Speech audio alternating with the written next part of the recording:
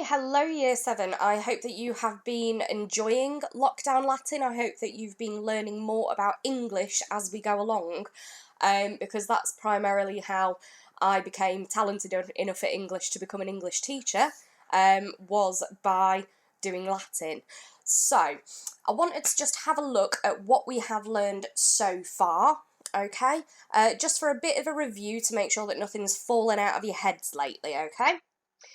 So, first things first, whenever we translate from Latin into English, we need to put in an a or a the, okay? So Latin doesn't have what we call an article, which is the fancy way of saying a and the. So we need to make sure that we put that into our English translations so that it makes sense. So, grumio pawonem portat, okay? Here, we would need to insert an a or a the before the object pawonem. Okay, so grumio carries or is carrying a peacock. Alright? Or grumio carries or is carrying the peacock. Either one, whichever you think is more appropriate. Next one, caecilius pawonem gustat. Okay, Caecilius tastes the peacock. Alright? So this is a big one. This is where people normally trip up when we do any sort of Latin assessment, is that capital letters are only ever used for names in Latin. Now it can be names of places or it can be names of people. We're going to encounter it when it's a capital letter only when it's the name of people, okay? So, for example, ancilla grumionem delectat, the first thing that you'll notice is that even though it's at the start of the sentence, ancilla, meaning maidservant, doesn't have a capital letter. Okay, so the slave girl delights grumio is the translation for that one. Okay, so ancilla is definitely not a name because it hasn't got a capital letter. Next one then, grumio est laetissimus. You see, this is why I can never say that there will never be a capital letter at the start of a sentence, because sometimes sentences start with names, okay? In this case, grumio, okay? My beloved cook Grumio, who I absolutely adore and is my favourite character in all of Cambridge Latin course. Grumio est laetissimus. Grumio is very happy. Next one then, the verbs that we've encountered, the doing words that we've encountered, all end in T, alright? This means that it is all present tense, third person, singular, for anyone who's super interested in grammar. We used to have to learn what third person singular meant in primary school, but I'm not convinced that you guys have to do that anymore. But essentially, it just means that any verb that is happening in the now. Now, there's two ways to translate that, okay? You can have it as what I like to call the plain present tense, which will be something like enters or pleases or sits. Or you can have it as continuous present. So, for example, is entering, is pleasing, or is sitting, okay? And it's absolutely fine to translate it in whichever way you think is most appropriate for that translation, okay? A lot of Latin is pretty much dealer's choice on how you're going to translate it, which is why it's so easy for me to tell when my year 10s decide to cheat on their translations, because I can see when they've just copied something, because it's always the same translation of verbs, okay? It's how I like to catch them out. So, next one then. This was the more complicated subject that we discussed well, I can't say discussed because you just did it as a lesson for me, but this is what you were learning last week. So the subject is the subject of the sentence does the verb. The object of the sentence has the verb done to it. And we can tell that something is the object of the sentence, having the verb done to it, because it has an M on the end. So, looking really closely at these two example sentences that I've given you, okay? We've actually seen this first one before, so hopefully you can remember how I translated it in the previous slide, okay? So, I can see there straight away that Grumio has got M on the end of his name. That means that he's going to have the verb done to him. In my English translation, his name is going to come after the verb.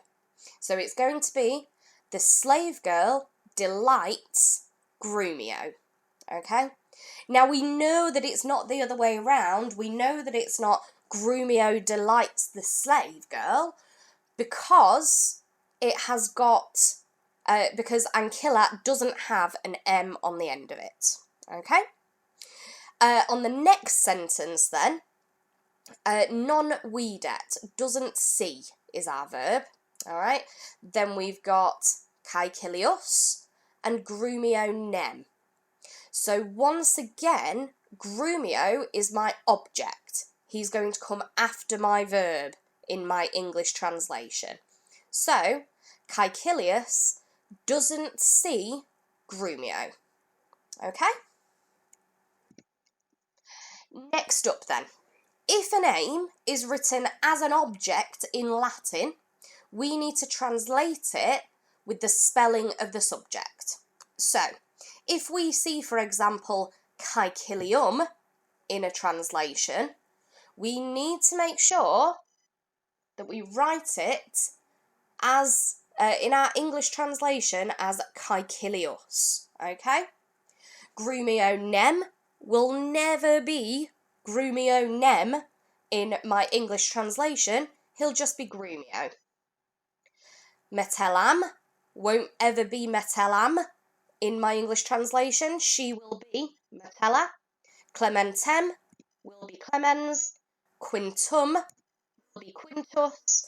And Cerberum will be Cerberus. Okay? Here's something really important that you may not have noticed just yet.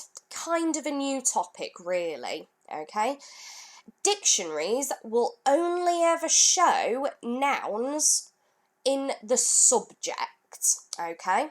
So if you're ever looking for a word like ancillam, you're not going to find that in the dictionary, okay?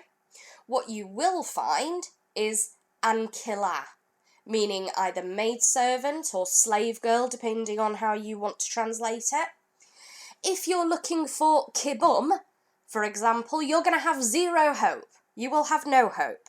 But what you will find is kibus, meaning food.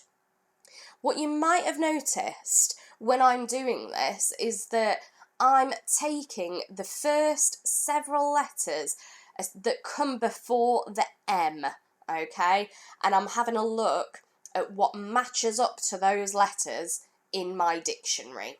So for the final example, coquum, which I won't find because it's an object, I will find coquus, which means cook, as in the cook, as in my bestest pal Grumio, okay? So one final thing that I do want you to make sure that you notice and that you understand is that we get loads and loads and loads of words from Latin, okay?